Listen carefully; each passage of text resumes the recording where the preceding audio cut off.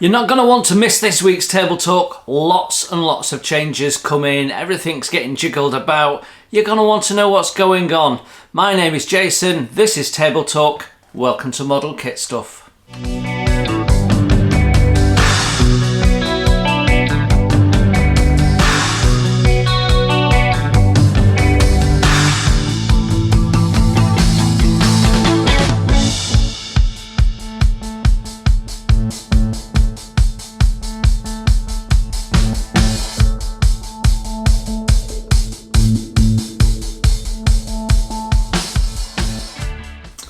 Yes, hello everyone. Guess what? Guess what I'm going to say? Yes, lots to talk about.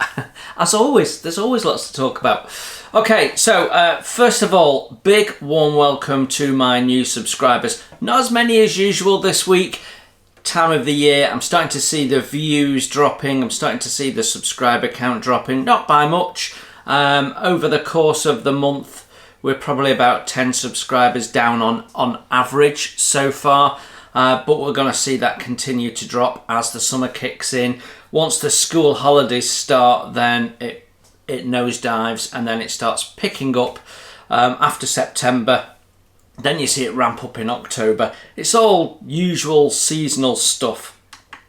And we've already talked about it in the members area in the social group. And quite interestingly, most of the members seem to be all year round modelers. Whereas I know that there are some people who have seasons and they, it's a winter thing and they don't touch it in the summer for a multitude of reasons. But different hobbies, whatever that might be, or things they've got to do because the weather's right and they can do it.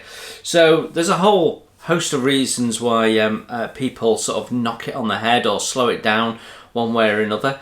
And I definitely have seen that every year on here. So things are starting to slow down a little bit. And as the numbers drop, and obviously the revenue of the channel drops, that seems like the right time for me to start making some changes. Because the pressures on me have changed over the last, 6 to 8 months. And that's going to change again because the family situation is starting to change. I can't talk too much about that right now for various reasons, but in a month to 6 weeks time we will see some changes where I'm going to have less time to do this. My job is busier than it used to be, which means that I'm spending more time doing my job. When I say more time doing my job, I mean more of my time doing my job. I used to be able to do a little bit of sanding and stuff while listening into meetings. I don't get that opportunity anymore. So the little moments that I could grab whilst working from home are becoming less and less. Me getting a lunch break is happening less and less. And so I have to think about my well-being and I have to think about the family's well-being and, what are my priorities. And as much as I love this, it's still my hobby. My hobby is building things. I'd also say my hobby is now recording them and putting them out as content on YouTube. But you've got to keep in mind what's important. Now, that sometimes can be difficult for me because of my autism, that I can allow myself to get overwhelmed. So I have a structure, and I've said several times over the course of the nearly 5 years we've been doing this that I need to not be doing things quite as rigidly as I am because it's putting pressure on me. And the reality is I can't help myself. I need to have some structure. It's just the way I operate. So that has become something I've needed to think about. Now you throw into the mix the fact that I now have members, so I have people that are paying for the content, to keep the channel going, and to keep all the things that they love. So I have that to consider, and I also have to consider what is it that people are drawn to, what is it that brings people to the channel. And there's a number of different things that I do. We have build diaries, but even those, you can break those up, because we have build diaries of ships, we have build diaries of aircraft, we have build diaries of vehicles. You can then split ships up into plastic and wood, and you could break it up further with periods, and some are civilian and some are military. You could break that all down, and all of those little bits of granularity appeal to certain individuals and not to other. So you might have someone who loves building vehicles, only really builds vehicles, might try their hand at something else every now and then, but they won't enjoy it as much as building vehicles, because vehicles is their thing. And they watch my channel because they like it when I do something on vehicles. And then I say, right, we're going to do a vehicle, and they go, great. And then I go, it's going to be this ice cream van, and they go, oh, I'm not interested in that. I only like vehicles that are military. So, even then, it can be difficult to cater to everyone. So of my 12,500 subscribers, they're dipping in and out of the channel. So I have to have varied content. So when I look at what it is that people mainly enjoy watching from the channel, from all the different things that I put out, not just the builds, but the product reviews, the tool reviews, the kit reviews, what is it that people watch in the main? Well, still one of my biggest draws, peaks and troughs, but biggest draws, is my kit reviews. And they can be anywhere between, not a lot of interest to wallop. You would never have guessed that many people would be interested. So I still get in my list, YouTube give me a little list of my best performing videos each month. So I still get the Revell U-boat in there pretty much every month as one of my most viewed, and it is one of my all-time most viewed videos. And the Vanguard Models Indefatigable is in there most months. Still getting views all this time after I've done it. So the kit reviews are something that I need to keep doing. And I need to keep those free to everyone, because that's how people find the channel. Around about 92% of all views of videos come from non-subscribers. So what's important is the videos that people will find interesting to them. So how are they finding those videos? Well, they're finding them from YouTube suggestions. When your video finishes and you get all those little squares come up of things you might be interested in, it could be in there, or it could be that they've done a search for something, and then down the little drop down menu you've got things that are similar, so it could be through there. But most of it, around about 46% of all views of any of my videos, come from someone doing a search in YouTube for a topic and my video coming up. So I guess that must be roughly the breakdown for everyone. So things like, I put a lot of thought into what is the two videos at the end of my video, what are going to be those two videos. I put a lot of thought into that, and less than 1% of all the views of my videos come from that end screen. So I've stopped putting so much thought into it now. I have a set way of doing it, and I just do it. So I have a box that automatically selects a video it thinks you might be interested in based on the algorithm results of what else you've been interested in the past. And then I have another one that's either related to that build, so you can find the whole playlist, or is related to the most recent build. So at the end of Table Talk today, you'll have two little screens pop up. One will be a YouTube suggestion for you, and the other one will be whatever the build was yesterday. and then so if you've missed it, you can go to it. That's pretty much how I work it. So if you're not careful, you can put a lot of effort into things that make very, very little difference.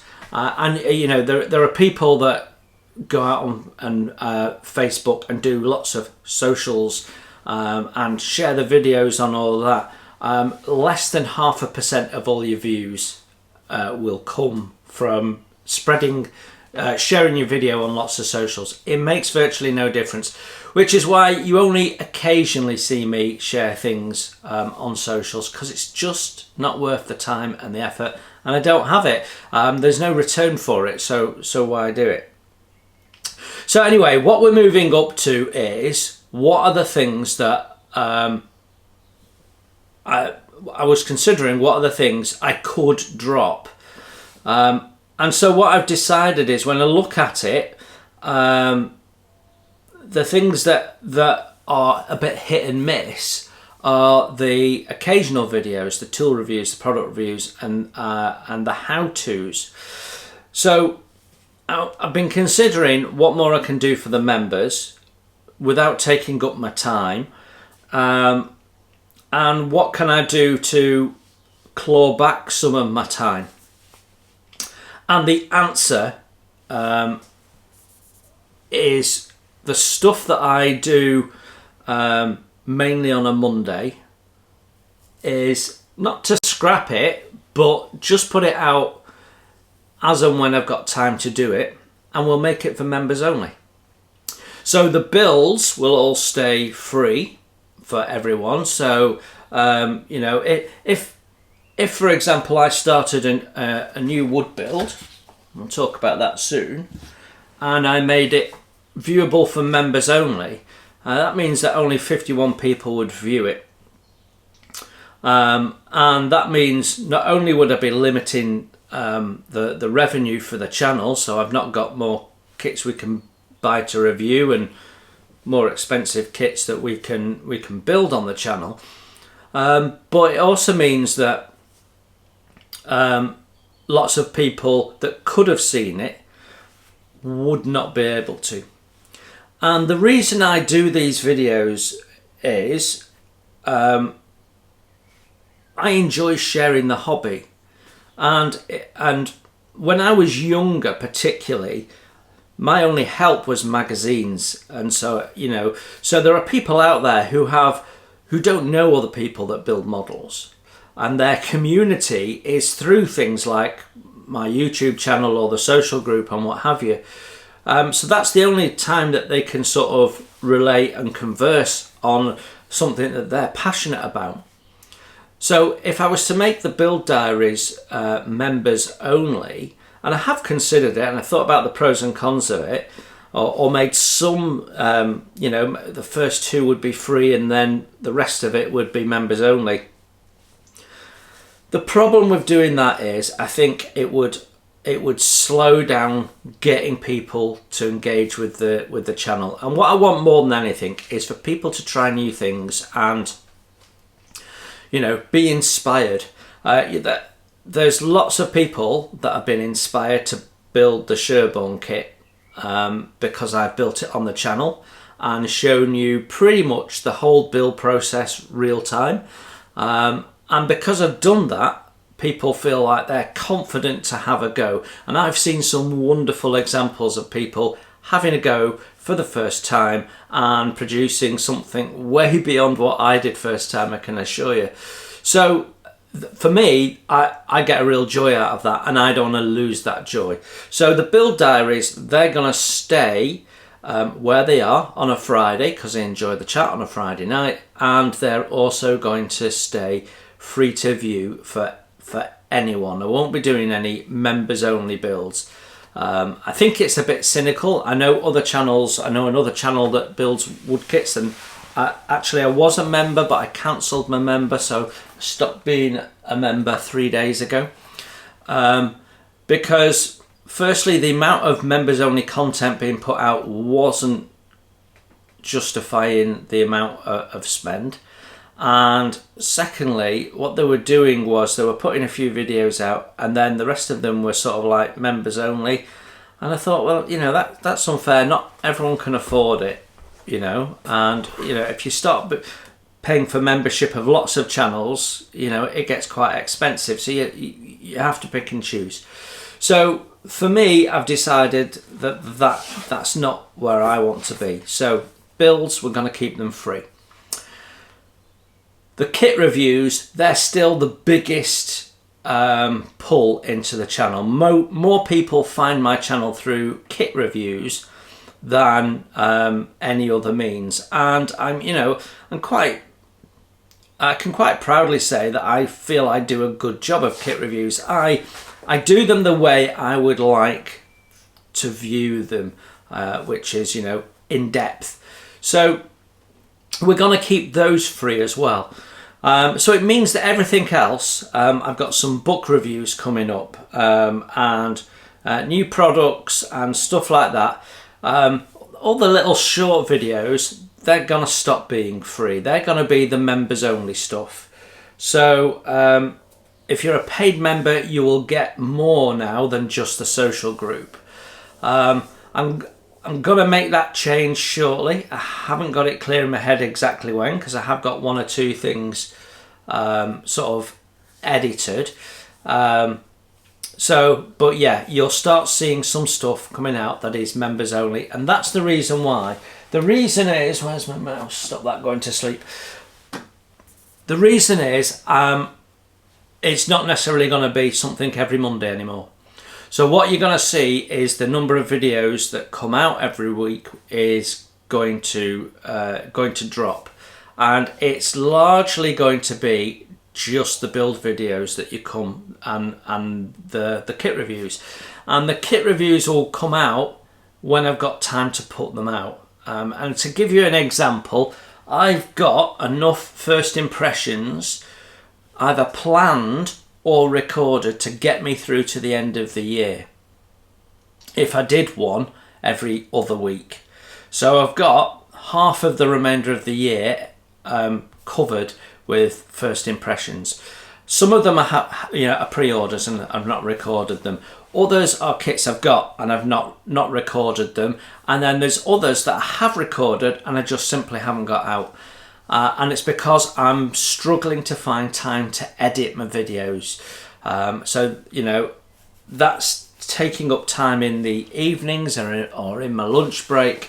And it means that my downtime has been reduced. And my hobby is my mental downtime. And as you know, I have set times when I do that. But it's finding the work hobby life balance is becoming a bit more of a juggle than it was 2 years ago. So that allows me to take the pressure off with those, and when I put them out, it's just for the members. And you know, that might encourage one or two other people to join membership. We'll talk about that in a mo. But yeah, the idea is that it will be less pressure for me. It'll be easier for me to put content out. It'll be easier for me to get ahead on my editing and put content out. And we focus on the things that people are mainly interested in the channel, which is kit reviews and kits being built. So that's sort of the change. Now I'm sort of probably phasing it in. Like I say, I've not got an exact date as to when that's going to start. It's been in my on plan in my head for a couple of weeks. You'll have noticed in Table Talk the last couple of weeks I've not really talked about what's coming up because I wasn't sure if I was going to kick it off or not. So yeah, it also is going to take the pressure off me trying to find content. So that means that there isn't really a fundamental change to what the channel's doing, but it just means that some of the things will only be viewed if you're a paid member. So that feels like the moment to talk about paid membership. So why become a member? Well, the main thing you get when you become a member, and we'll talk about how to join in a moment, is when you become a member, you get access to the social group, which is a Facebook page where only paid members have access. So I think there's about 55 of us as members, and not everyone has accessed the social group for whatever reason. But in there you've got like-minded people that you can talk to, you can share your builds, you can ask questions, you can get help and support. I prioritise talking to people who are in the social group, so my members. I don't have enough time to answer all the comments I get on all my videos. So you might notice that you don't even get a like for several days. That's because it takes me a bit of time to catch up and do these things, which is part of what we've just been talking about. So I want to be able to give enough time to answer what is talked about by the members. That's my priority. So firstly, if you're a paid member, you get my attention. So if you need help with building one of your models, or you've got a question, or you'd like to know something, you can pop it down there and you can get hold of me. It also means that you can chat to me in Messenger if you need some one-to-one support. One or two people have done that, but in the main I prefer it to be kept in the social group. Everyone can see, everyone can help each other. That's the whole idea of it being a group. So that is the main benefit. As I've just said, you're now going to have exclusive access to some of the videos I produce, which takes the pressure off me from having to put them out regularly. So you'll now have that benefit as well. So those are the main things. You get my attention as a priority over anybody else who's not a paid member. You get the social group, which is a lovely group of support, and we talk about other things. People share pictures of the gardens. Just this week we were talking about, show us your displays. There are some people that are more active than others, and that's fine. You use it the way you want to use it. When it's Telford weekend, we do have a social gathering planned, which we'll firm up a bit clearer at the time, but we think we've identified a pub that's sufficiently close to my hotel for the overnight, and I know one or two other people are going overnight, so we're trying to get as many members of the social group together as we can. So we'll have that as well, so that'll be nice. We'll all get to touch base with each other and find out what people have been buying at Telford, because no one goes to just have a look at the displays, do they? So that is sort of what comes on. Whether there'll be later perks later on, I don't know. When you join, you'll notice that you join something called Starter Kit, and that's been done because at some point we might do different levels. So depending on how many member-only videos I start putting out, we might do a separate level where only people of a certain membership level get certain videos, but that becomes quite niche, and what happens is the more you do that, the fewer people you've got in each. So actually the work that you're putting in is for less people, and when you consider that 92% of people who watch the videos are not subscribers, then most of your revenue is coming from not subscribers. So you have to find a balance, and I don't want to be putting lots of effort in for 3 people, if that makes sense. So we will see. We might expand membership to different levels in the future, but it's certainly not in the near future. Right now, the membership fee is a nominal $4.99 a month, and we picked that level because it was lower than most people were donating. And since I've launched membership, all the people that used to donate to the channel are now members, and I get 0 donations. I haven't had a donation in several months now, and I prefer it that way. Even though the donation amounts are less, I know people are getting something out of it, and also it's a little bit more regular. So I think it's a win-win for both the viewer and for me. And everyone I've spoken to about membership has enjoyed the membership. I have had one or two messages that say cancellations, and then I get rejoins. So I think that's something to do with how YouTube are setting up your payments or something like that. I don't know. But no one's come to me and said, this isn't working for me. I'm off. Everyone seems to be enjoying it, and I get a lot of positivity in the group, and it's a lovely group because it's a little paid members only group. We have 3 admins who've got the easiest Facebook admin group workload ever. I mean, there's no trouble. It's just nice and easy.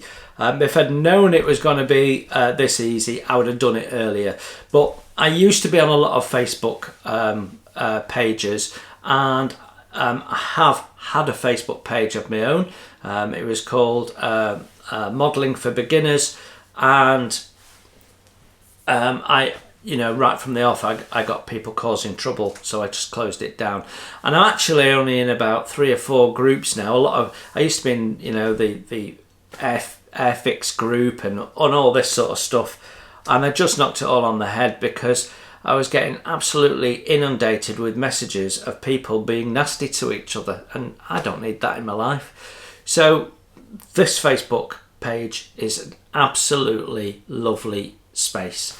I enjoy it, and I don't get as much time in there as I'd like, but I try and post as regularly as I can, and I certainly post in there several times a week, and it keeps you up to date with what I'm doing pretty much real time. I've finished one of my models this week, and I literally finished it, took a photo, put it in Facebook. People knew a few minutes after I'd finished it that it was finished. So you get some insights into what's going on in the background. So that's why you should consider membership. You get so much more than just what you get from the channel on YouTube. Plus you still get all of that as well that we're giving out free. So do consider membership. It's a good way of keeping connected with people, especially in the summer when people are out doing stuff. I'm expecting to see people's holiday photographs and getting a little bit closer to people, understanding how they tick, and you can be as private or as social as you like in there. It's fits for everyone. So that's why I think you should consider membership. Right, that's that done. Let's get on with some of the more interesting stuff, because we've got lots of modelling stuff to talk about as well.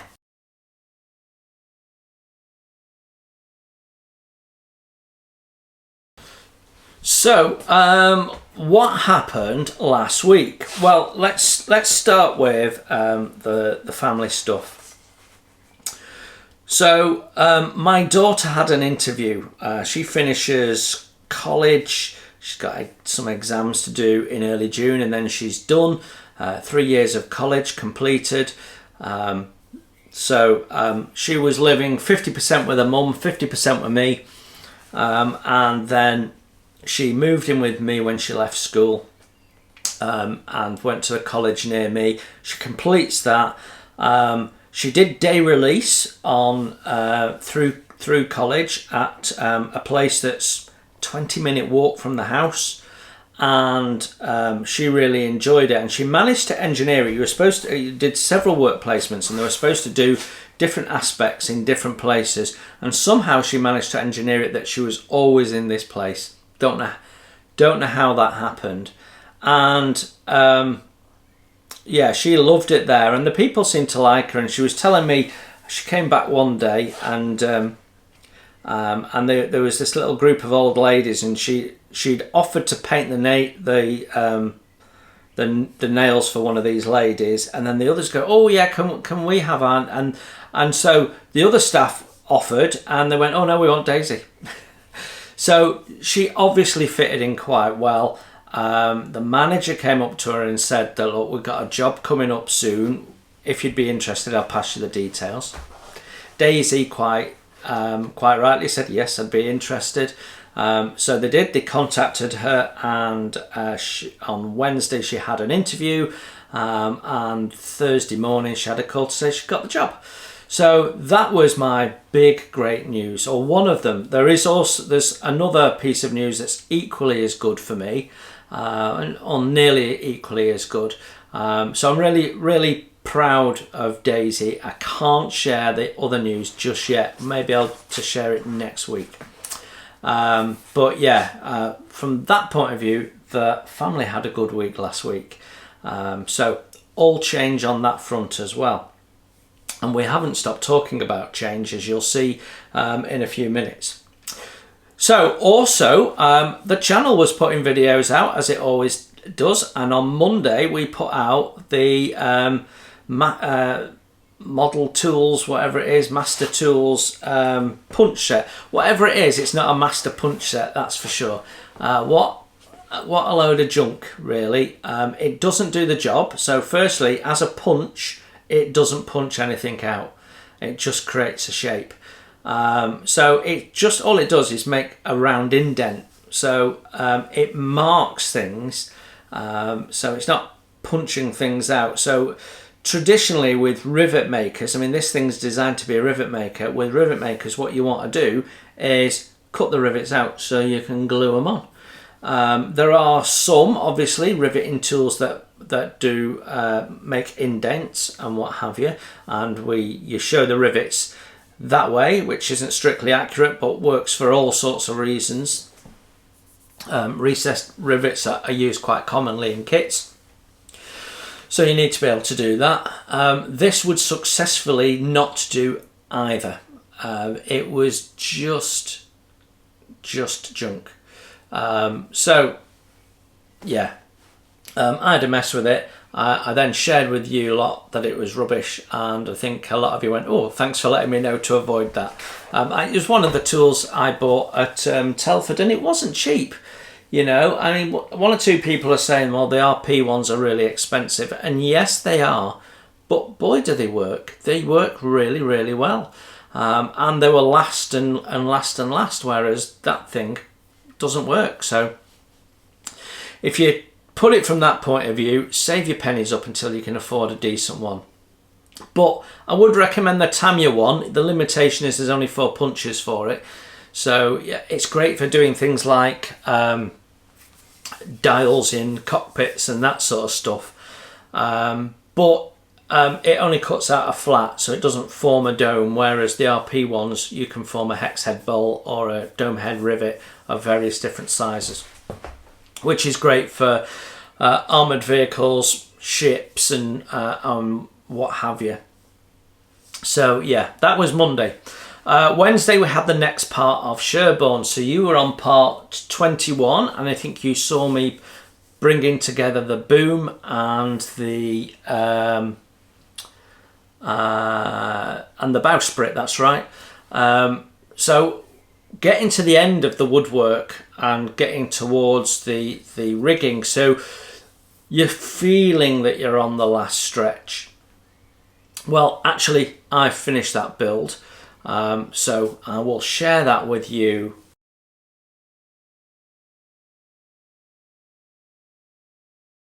now. Here she is, the Sherborn completed, and what an absolute joy of a kit it is to build. So when I took this project on and thought to myself, right, let's do for absolute beginners what would be the best thing, it's very tempting to think that one of the fishing boats should be the first thing you build. Nice and easy, less complicated rigging.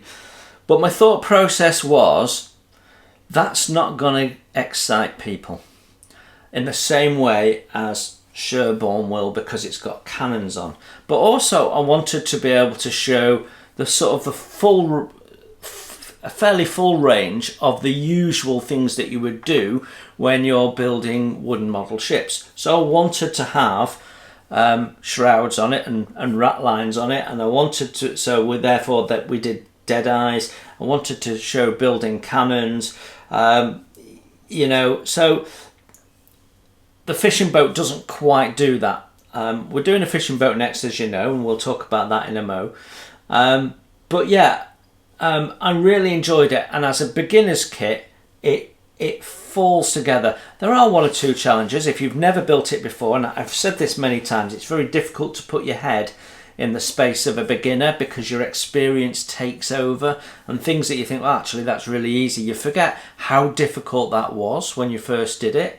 And everyone's struggle with this will be at a different level, but I always used to say that the Caldercraft Pickle was one of the easiest ships I'd ever built, and therefore I often recommended that for beginners, and I've changed my view now because this is easier to build. Yeah, it definitely is. I mean, it's not quite like Lego, you wouldn't expect it to be, but it's not far off. You know, once you understand the techniques to do things, you can see how the design of the model is such that it's thought about what the modeler needs to do and taken away the things that might challenge them successfully from doing that. So there's lots of little check aids in here. So things like on the inside bulwarks, there is a point that shows you where the deck should sit. So you know you've got the height right. It's a visual aid. You know, that's thinking about the modeler. You've got little laser cut holes in all the positions where your dead eyes are going to go on the deck. So you don't have to measure on the plans and drill them out and maybe get them wrong. You know, it's already done for you. You know, you might need to open them up, but you know where your positions are. So there's lots and lots of little things like that. Plus, usually when you build a beginner's kit, it's dumbed down. Now this is also dumbed down, and we'll talk about that in a sec. But when they dumb down a kit, they quite often dumb down the quality of the materials to make it a bit cheaper. So entry level is seen as needs to be relatively cheap, and it needs to be relatively simple. And I don't necessarily agree with that, to be honest. But dumbing down the detail is one of the things that they do. So for example, here we've got 3D printed cannons and wooden carriages that are multi-part assemblies. And when they're done, they look authentic, they're to scale, they've got lots of detail. They're really, really nice. They're a little bit fiddly because they're 1/64 scale, but they're not dead fiddly. You know, they're nothing that an experienced plastic model builder wouldn't take in their stride, you know. And a lot of kits, they would give you a cast metal thing with the wheels moulded in, and it's all chunky and out of scale and lacking detail and what have you, and you wouldn't be able to rig it because it's all cast, so you can't put rigging eyes on and stuff. And then you'd have a cast metal cannon that goes onto it, so you know, and it'll just sit on the top, and it won't look anything like this, and it won't be to scale. And that'll be one of the ways of dumbing it down, because the cast metal part is fairly cheap to produce, and it's simpler for the modeler to build and that sort of stuff. So you know, the rigging threads, which is some of the more complex element of the model building, is cheap because it's thread, and you know, you get a lot of it for your money. So actually, when you're buying a beginner's model, quite often you're getting something that when you finish with it, it's not satisfactory. The experience is not satisfactory, and the end product isn't satisfactory, whereas this is visually stunning. You know, when my partner goes, wow, that's really nice, isn't it? You know, it's visually stunning. And so this, for me, this is the perfect beginner's model because it covers off some of the things that you need to do. You finish with something you can be proud of. If this is the first time you've ever built a wooden model ship kit and you end up with something that looks even remotely like that, you're going to be proud of it. And that's why this works for me, because it's absolutely full of detail. There is very few kits out there at any level that have all of this lasered wood detail on here with the tree nails on and the plank detail and stuff like that. You've got lots and lots of intricate detail, and I have an eye for detail, and if you're a plastic modeler coming into this, you will also have an eye for detail, and it gives you that detail. So yes, it is simplified. The cannons are the anchors are slung on. You know, we're not using blocks and things like that, and some of the rigging is simplified, and a fair amount of the rigging isn't actually on her. It's just a simplified yet still eye-catching and authentic to scale and accurate model. So it ticks all those boxes that a lot of models that are entry level I don't think tick. So yeah, now obviously there's no such thing as a perfect kit, and there's one or two things that if I was building it in a different way. So we built this as per the flow of the instructions, and that was helpful for me, having never built a Vanguard kit before, for me to understand their way of working. There is some things that I would have done different, and now I know that I can introduce that into future builds. So the main one is the swivel cannons. Swivel cannons get put on quite early before you do all the rigging, and for me they constantly got in the way. I was constantly knocking them, so for me the swivel cannons, they need to go on after the rigging. You've got access, you can do it, no problem at all. One or two of my swivel cannons, they were all glued in at one point. One or two of mine are now posable, shall we say, and that's because I've kept knocking them as I'm doing this. So yeah, I would certainly, if you're building this right now and you've not got to the swivel cannons, put the little mounting points in, build your swivel cannons up, but don't do the final install until you've got your rigging done, because as you can see, you've got loads of space to get in there. So that would be my main thing that I would change. They also have you put the anchors on a little bit earlier on, and then leave them off dangling. I prefer to do them at the end. That's what I ended up doing on my build. It's pretty much the last thing we do is tie an anchor on. The anchors build up really well actually, and look really, really nice, and the approach to them is really nice. But again, they're just gonna be in the way, and if like me you're having to move the model around, it's just something that you can catch on, can snag and what have you. So I left that to the end. So there's always things that you would do differently. It would be nice to have a flag for her actually. I think the ensign hanging off the back there would look nice, but we're done with that now. I won't do any more with her. I'm happy with her. Not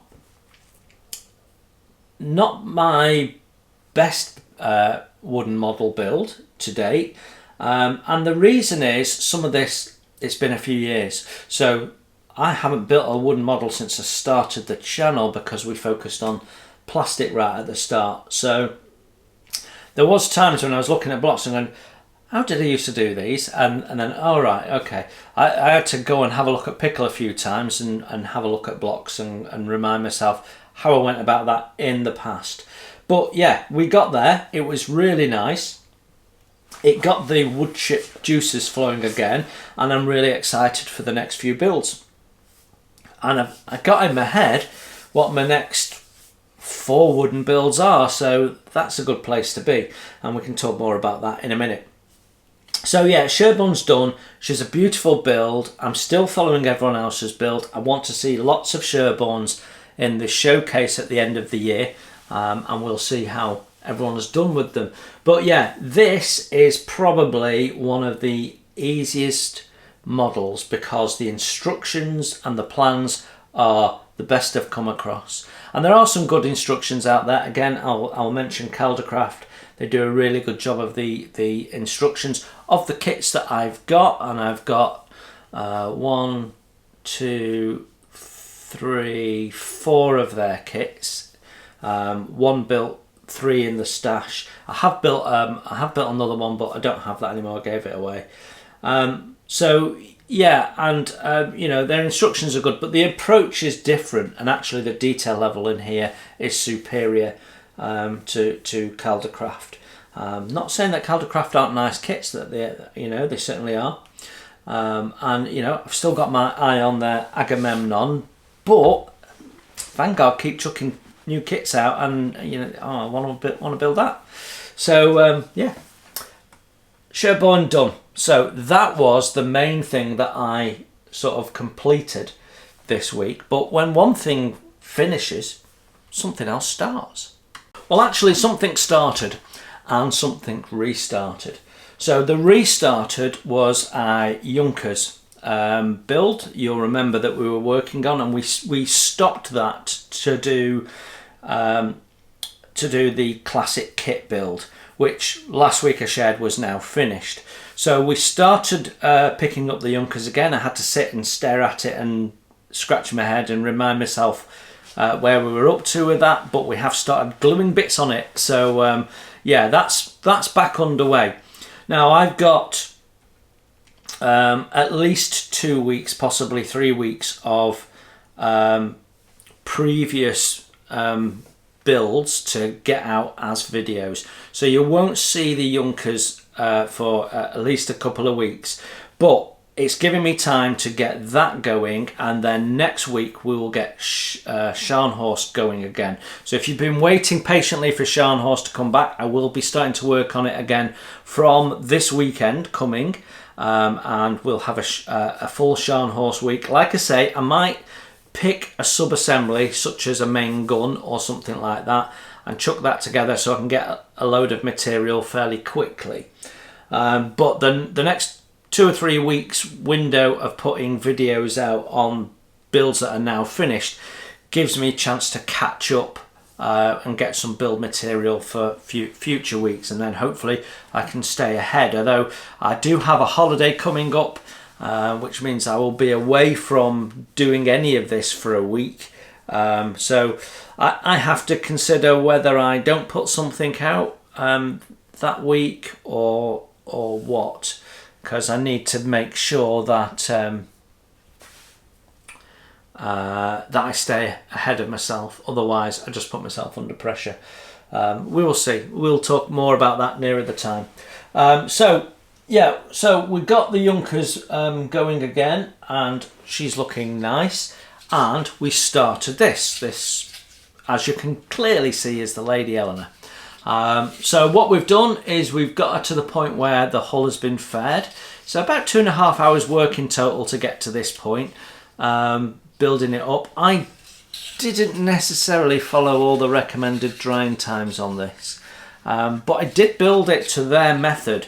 So I had an interesting technique which I've never done before, where you slot the ribs in, and rather than putting lots of glue in the slot and squeezing it all in and it all oozes out, but you don't care, it was painted on after the ribs was in. So I've never done that before, but this is as solid as anything, so it certainly works. So yeah, we have already introduced you to a new tool.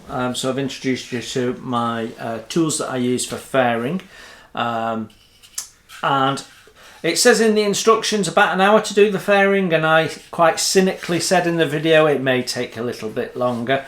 It took me about 1 hour and 10.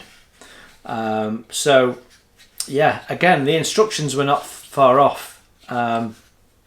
So yeah, and yeah, it's come together really well. I've had a little bit of a debate with myself about whether I need to thin these ends or not. I've decided not to. They certainly don't tell you in the instructions that you need to. So I'm going to put the first planking on, and we'll work it out from there. But just like at the stern post of the Sherborn, if you don't thin it, you end up with the two layers of planking being wider than your stern post. Just a bit worried about that.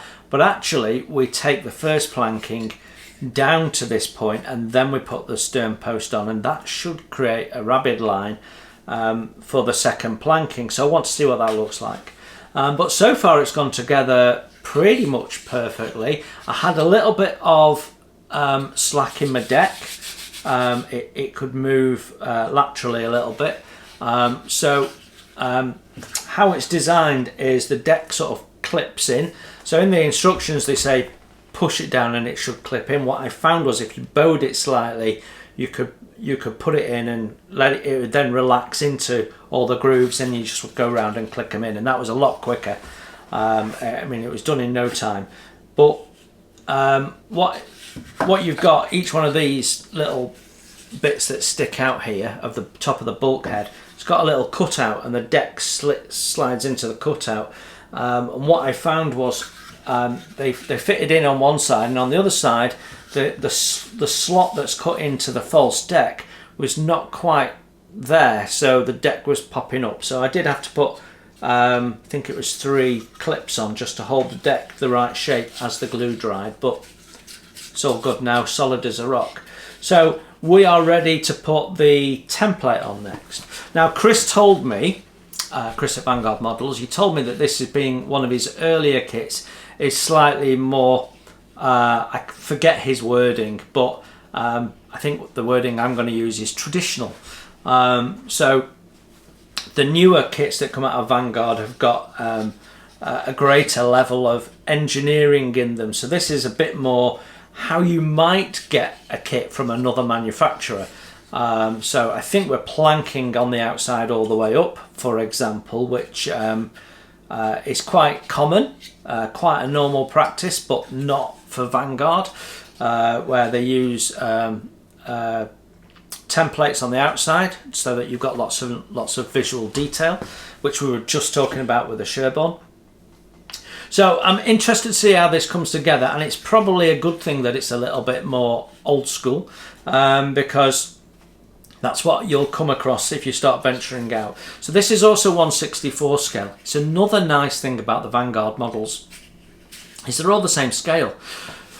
So you get an understanding of how the size of these ships in relation to each other, whereas a lot of brands, no 2 ships are the same scale.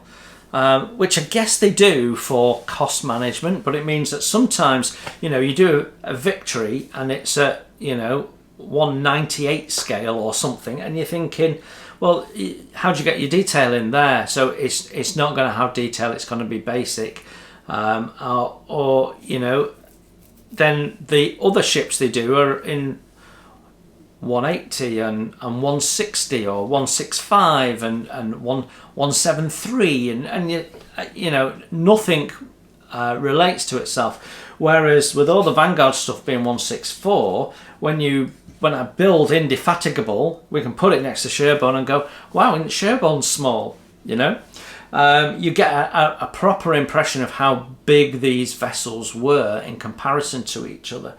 So, you know, I'm already surprised at how big this is as a fishing boat, compared to, you know, it's the similar sort of length to Sherborn. So, yeah, we started that. I won't be doing any more on that now for probably a couple of weeks. But I've got plenty of Sherborn material to burn through, so that's not an issue, and we'll get through this fairly quickly, actually. I should say that what we're going to focus on with this build is we're going to be focusing on expanding what you get in the box. So Sherborn was a straight out of the box, by the instructions, showing you the techniques to get it from, I've bought this box of sticks and I want to have it look like a ship at the end. That's what that was. In this one, we're going to be showing you how to improve the look of the sticks so that your boat at the end of it, pops even more than on the pictures of the box, and that you've added some personal touches and just thought a little bit about how you go beyond what the manufacturer is offering you, which the manufacturer is always offering you the kit. What you then do with it, that's your free reign, and I want to start introducing that from now. So we'll be looking at the finish of the materials and how we improve those. So we're going to be doing something to improve the shape of the blocks, for example, so they look a little bit more authentic, and you can take blocks that are still good quality but don't quite look as they would do fairly standard blocks and turn them into something that looks a little bit better, and doing it without it taking you 3 weeks to individually sand them. So I'll be showing you how to do that, and I'll be showing you 1 or 2 other tools. I'll be showing you 2 different methods of doing hull planking that we didn't share during the Sherborn, and I deliberately waited until here. One of them I use a lot, the other one I never use because I don't particularly like it, but it is quite a common approach, and you see it talked about a lot in forums and things like that. So I thought we should talk about it, then we can talk about the pros and cons and why I don't do it. And then so we've got that, and like I say, we'll be looking at how we finish some of those materials. So we didn't do any clear coating at all on Sherborn, we just followed the basic kit instructions. We'll be looking at clear coats and how you can make clear coats give you some differences in the look. We'll be thinking about painting it. We'll be honing skills that we've learned, so we'll be when we do the planking again, we'll be building on what you learned last time, so this time your planking will be even better, and all of that sort of stuff. So even though we got some simplifications, you should come out with a model that has pushed your abilities, just stepped you up 1 more gear, before we go and tackle the Grecian, where we'll be building on that again. So that's the plan, and that's what's happening with that. So that is pretty much what we got up to on the bench.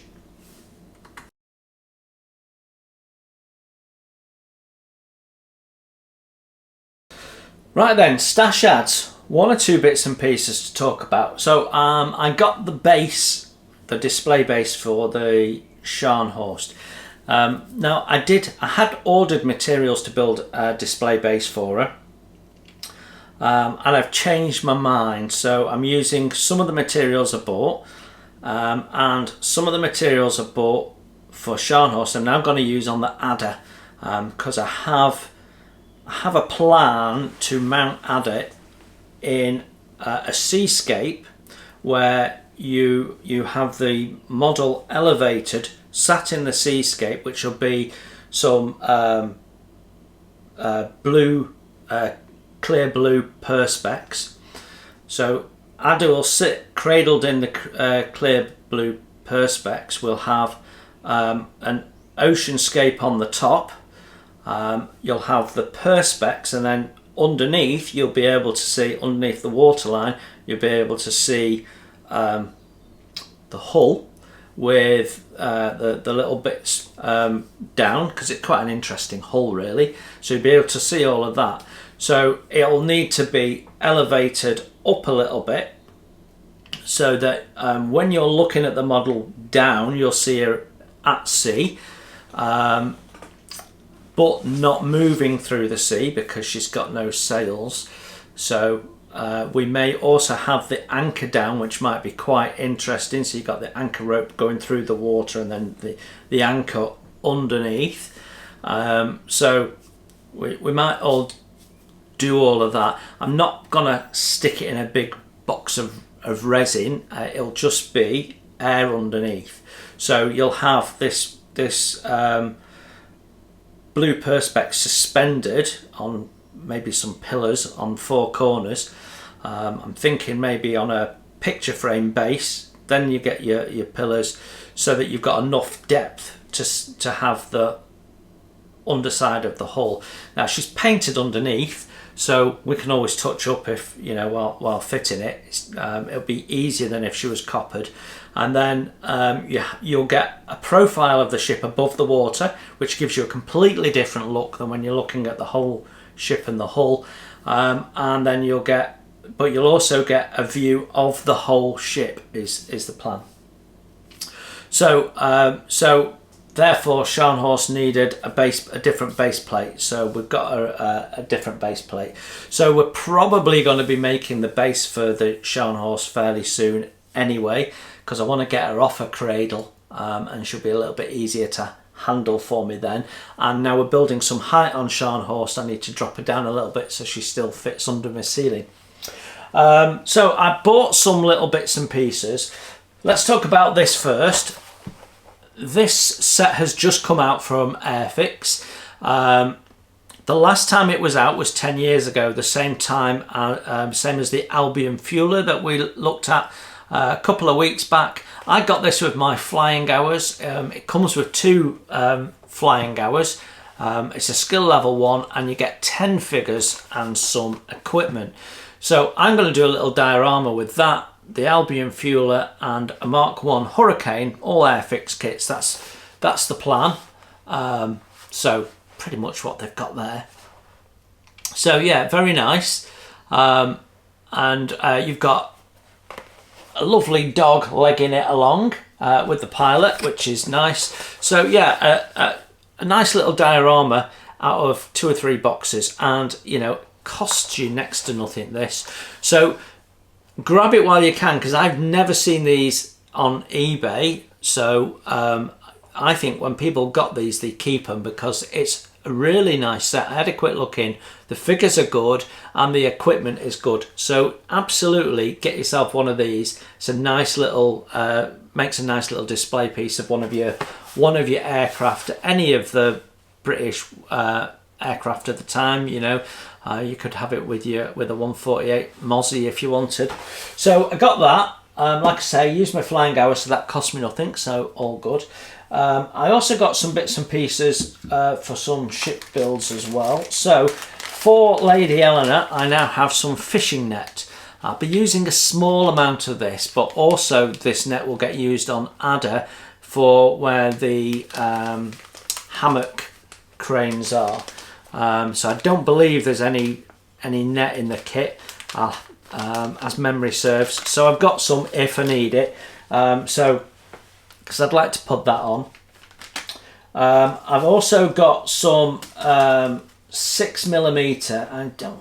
I think they're going to be the right length. I measured the ones I was using on Sherborn, so I think these will work. Bailey pins, wooden ones. One of the things I wasn't too keen on the Sherborn was the photo etched Bailey pins, just because they're flat. I mean, they work perfectly well. But it just didn't feel right to me. So, you know, each to their own. So I've got the remaining photo etch ones here as it happens, and I mean, dimensionally the photo etch ones are better. There's no 2 ways about it. But aesthetically, the wooden ones are better.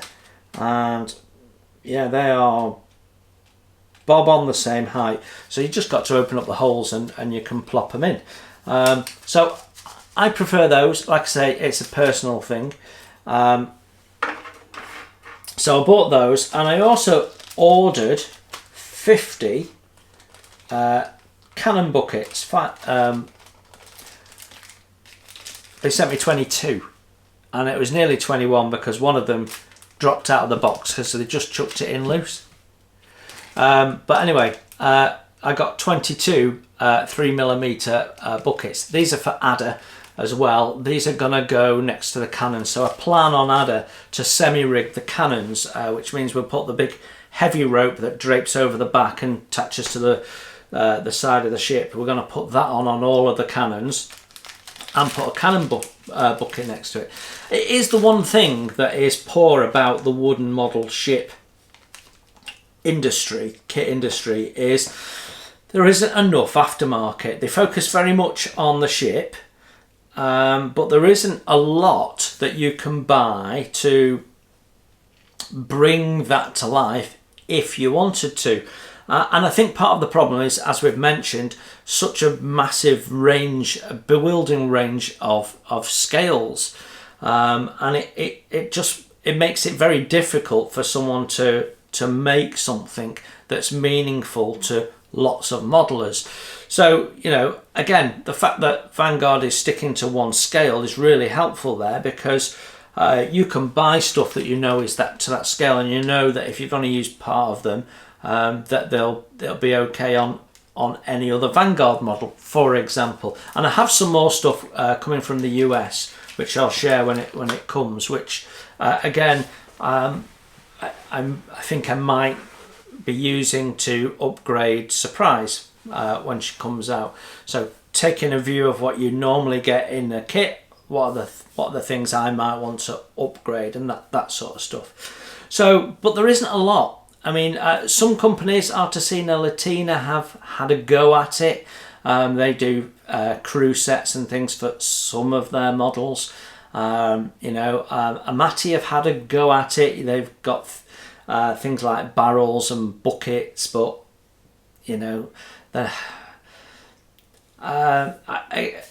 some of them are quite generic, and others are quite specific, and they don't always look right to me.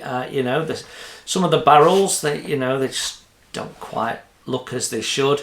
So I think in this day and age with 3D printing, there's a real opportunity for someone to start cleaning up, because I'd like to have Canon equipment, for example. So all the cleaning rod and all of that sort of stuff. I've got it, and my figures, my various different figures are holding some of those. But even though it's all slung away and stored away when they're at sea, very rarely do we actually build a model where showing her at sea. So it'd be nice to be able to sort of display that, even if it was with one or two. So on the open deck, it must be stowed somewhere, ready for use. So where is that, and where can we put it? So it'd be nice for someone to do that. And then there's other things as well. I've mentioned fire buckets before. All ships have fire buckets. Nobody pretty much does them. There is a company that makes some turned brass ones. They're thick and they're chunky, but they might do the job, and we'll talk more about those in a future video, because I think I have a solution. It's all of this sort of stuff. So you're very much having to scratch build, which not everyone's capable of doing. So I think there is more to it. Even simple things like flags. It's difficult to get flags of the right scale all the time. So there's a whole host of stuff out there that the aftermarket industry really needs to jump on, but doesn't seem to with wooden modelling. Anyway, there you go. That is what was Stash Ads.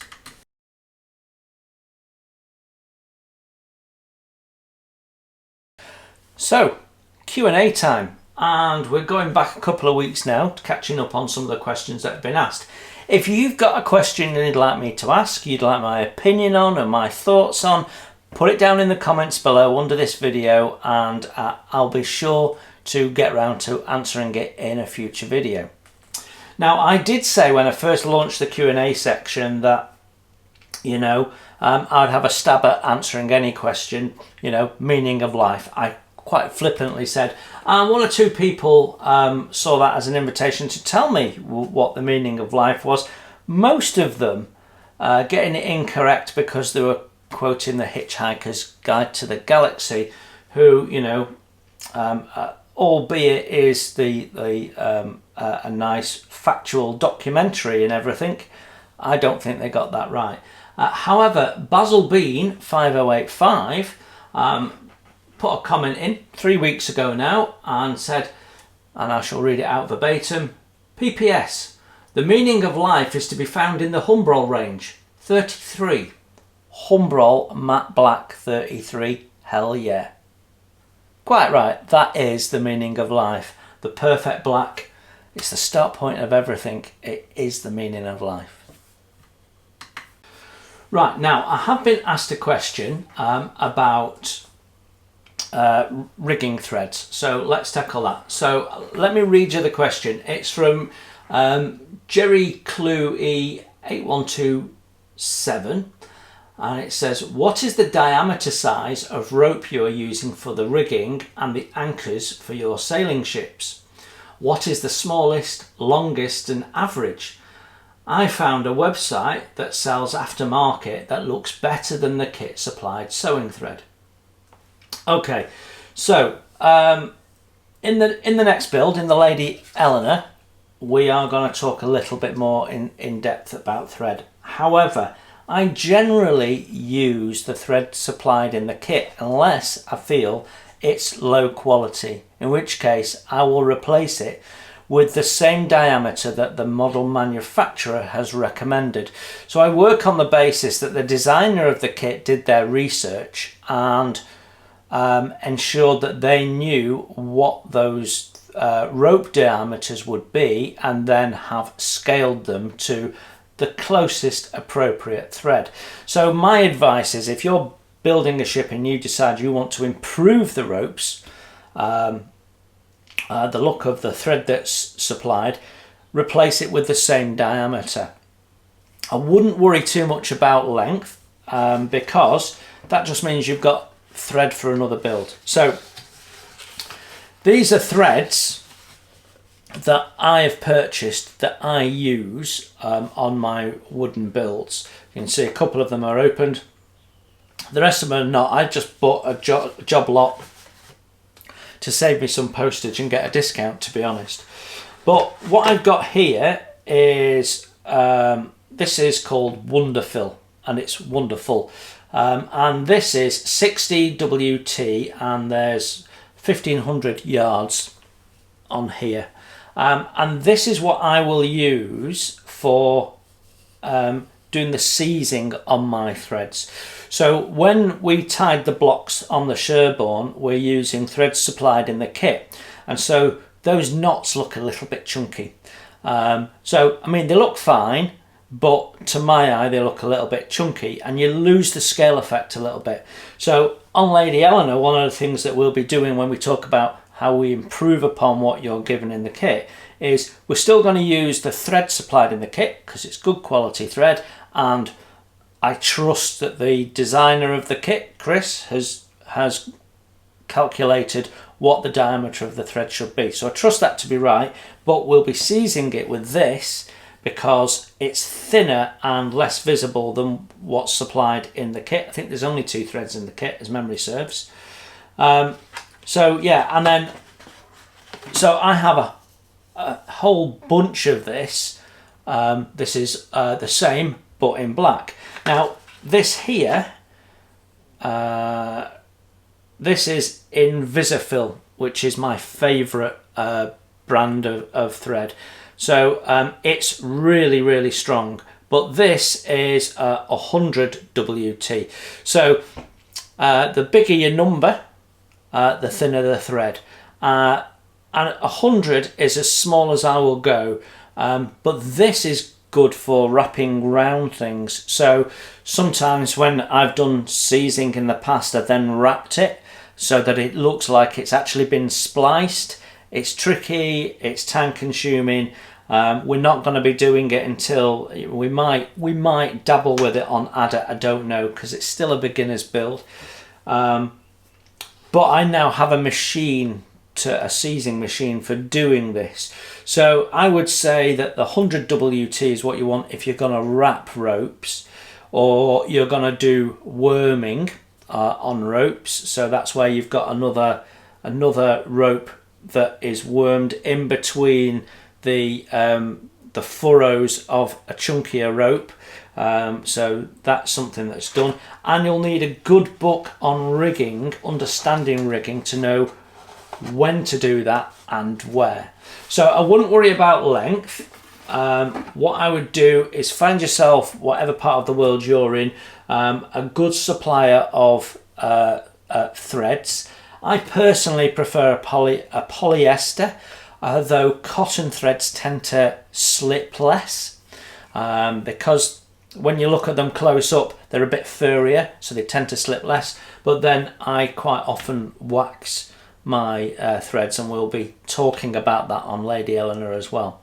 So my recommendation for you, particularly if you're starting out on doing this, before you're confident to just go out and do your own thing, is to use the diameters recommended by the kit. And if you don't like them because they've supplied brown and you want black, and you think they're a bit furry and don't look very good, then have a shop around. So I don't know what the brand is that Vanguard use. It's the same brand as a Matty. Definitely they're using the same manufacturer, but they are some of the highest quality cordage that I've come across in kits. So they're certainly better than Caldercraft cordage. So yeah, you can buy Amati threads, so that might be a place to start. You can buy them directly from Amati online in Italy. You might be able to buy them in the European or US Amati shops, don't know. So that would be my sort of initial thoughts on that. I mean, if you're going to start making your own ropes, you need to get yourself a rope walk, and then you start buying some threads and making your own diameters up. But again, you've got to understand what is appropriate. So you need a good book on rigging and how the rigging is done, and quite often I find in the rigging books they show you how to tie the knots and how these things were put together and what the rigging looked like and where it went, but they don't often talk about diameters. So not being an expert on it, I tend to go with what's provided, recommended by the kit. So that is my answer to that. So we have a question here from David Jones, also wooden kit directed, but then the next question isn't. So the question is from David Jones, OS5QM. Question: as a newbie to wooden kits, currently following the build of the Sherborn, thank you very much, what other kit manufacturers would you recommend to beginners? It depends on what... it depends. There's a number of kit manufacturers I'd stay away from until you're more accomplished. There are kits, a number of manufacturers that do sort of starter kits, and we've talked about that today anyway. What I'd say is there's 3 manufacturers that you could probably say are okay for absolute beginners, if you choose wisely. So Vanguard models, I believe, are doing the best job of beginners kits. Having had a look at the digital instructions of some of their novice and beginner kits, I think their instructions mean that they're the easiest kits to build. And then you couple that with the design work that's complementing that to make it as easy as possible for the modeler, and they do that at all levels, even expert. So for me, that's your best option. If you're wanting to build a small number of beginner kits to sort of get your teeth into things, other manufacturers you could look at: Caldercraft, but we're talking the little schooners and what have you, because their instructions are usually pretty good as well, quite detailed. I mean, on the Pickle, for example, they talk you through putting on every single plank. So some of the instructions for some of the smaller Caldercraft ones, pretty good. Yeah, and also Artesina Latina. Some of their smaller kits, because their instructions tend to be fairly good. Now, with all of those, you're going to get a different level of detail, with Vanguard sitting at the top and Caldercraft below that, and then Artesina Latina below that. Artesina Latina will use a number of generic items in their kits quite often, so you might get a metal door that they also use on 2 or 3 other kits, for example, and they have metal gun ports that they use on one kit, and then they introduce them onto another kit. So depends on what you're looking for. If you just want build practice, then by all means fish around. Those would be the 3 that I would look at.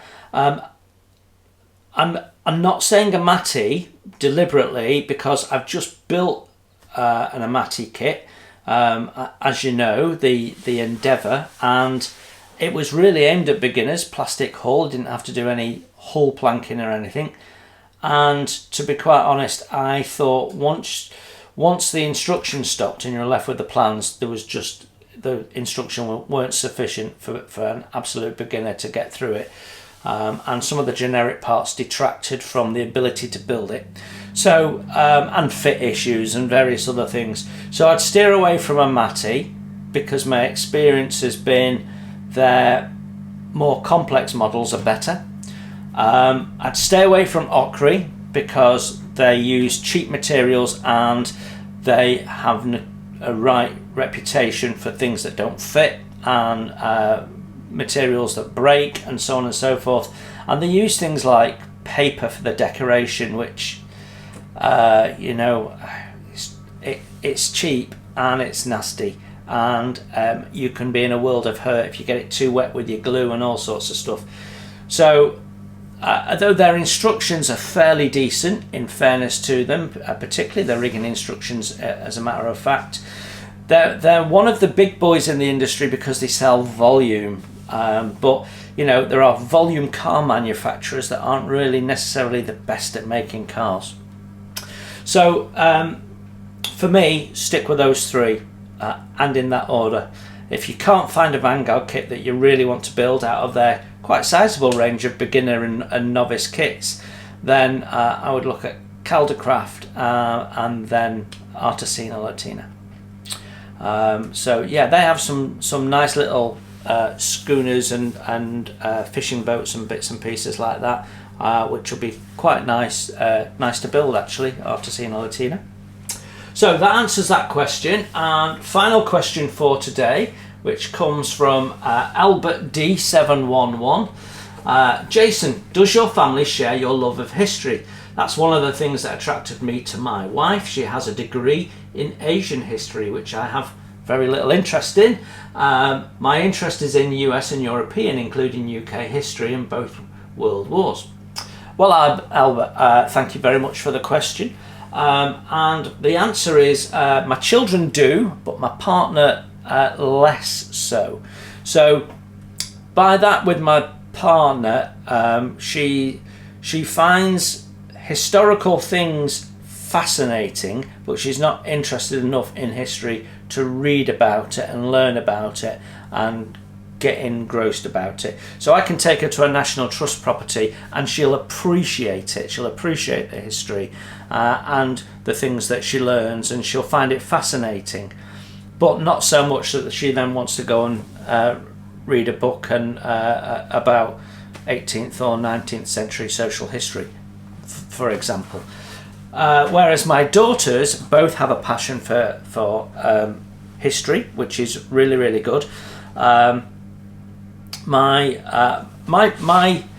historical passion for history sits really in several places, and depending on my mood, what I'm in. So I have a general interest in military history, so of the 20th century. So starting from the Boer War through and including the Cold War. That's what my degree is in. And then I also have a specific interest in British maritime history, coming from my father and his two brothers being in the Navy from the early 1930s, for largely for their careers. Unfortunately for the middle brother, only until the second year of the war when he perished. But so I have that. I also have an interest in Napoleonic naval history, which is why I enjoy wooden ships modelling so much. So I find that quite interesting. Had a Ladybird book about Nelson when I was a kid, so it probably came from there, and it was naval and it sort of connected with my grandfather, so it probably came from there, I imagine. But I don't really follow the land wars of the period, so I don't know much about Waterloo or the other campaigns across France and Spain and Ukraine and what have you. So I'm sort of aware of them, but don't know much about them. I'd say sort of the same level of general knowledge that anyone with a passing interest might have. So those are sort of my main interests, but I also have a fascination with Tudor history. I find that quite fascinating, and I have done some reading around that, and it's why I've got a Mary Rose kit in my stash.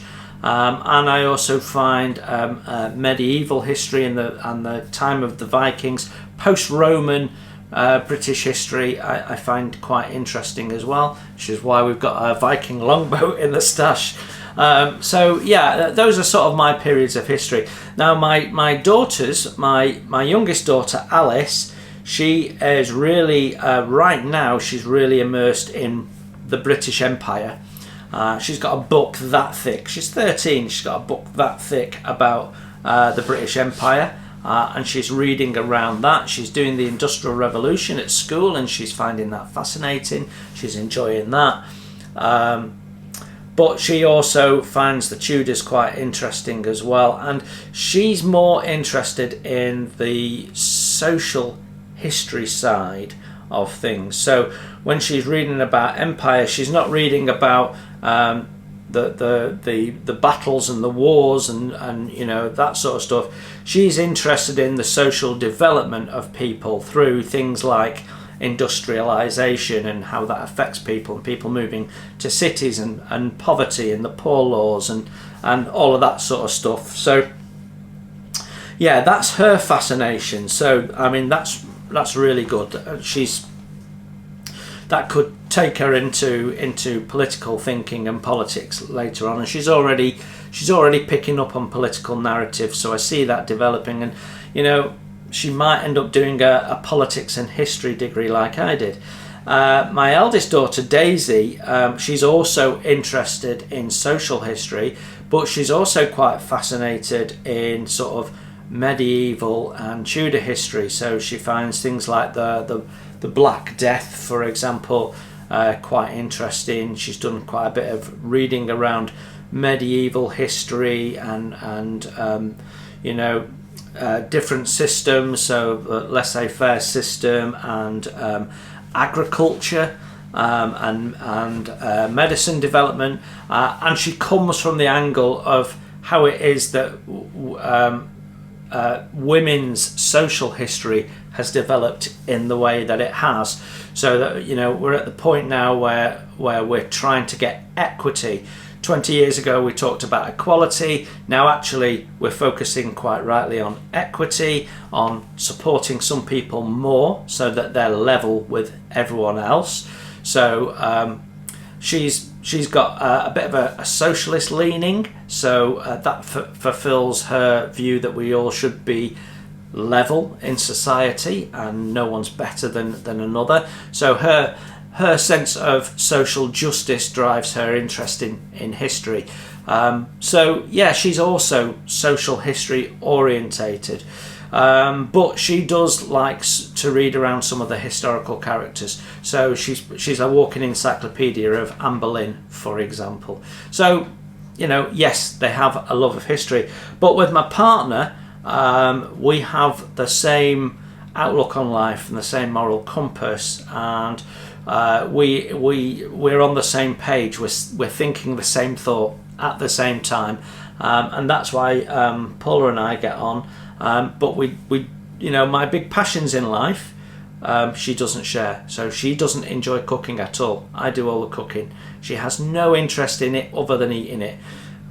She has no real interest in history, and her music, oh my gosh, her music taste, it's the sort of stuff that you light a load of candles, slip into a nice warm bath, put it on and slit your wrists. It's awful.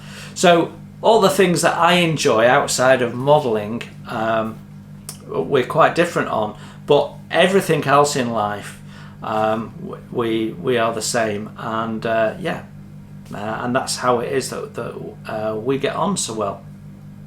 And she has the same sense of humour as me, which often we can't share outside of just us two.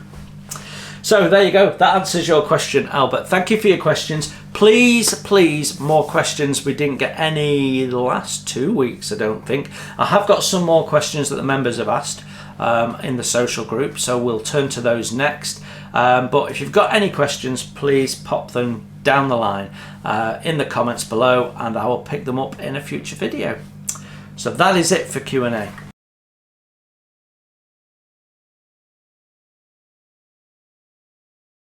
Well, I think that is it for this week. I'm not going to show you the garden.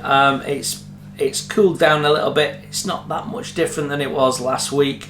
tomato plants are starting to shoot up, which is good, and everything seems to be on track, other than the cucumbers, which there's no evidence I ever planted them anymore. They are gone. And we've been fighting squirrels off and what have you. Otherwise, garden's good. It's going to be warming up this weekend, which is nice because I've had my jumper back on this week. So yeah, I'm going to be working on Scharnhorst during the week ahead, and next Saturday on the Table Talk we can catch up with where we got to with that, and then we'll be doing more of the Junkers, and then we'll be back onto that. So we'll do a 3-week rotation and see how we get on with that. So yes, please hit that like button. Please don't forget, it makes such a difference to me. Only a tiny portion of people hit the like button, and the more you interact with the video, the more it pushes the algorithm to suggest it to other people who find the channel and go, wow, why haven't I seen your channel before? I get comments like that quite regularly. So you're doing somebody else a service. So thank you very much. You have a great week. Whether you're modelling or taking a break from modelling, have a great week. And if you are modelling, you enjoy that. And I will see you very, very soon in my next video. Thank you all. Bye for now.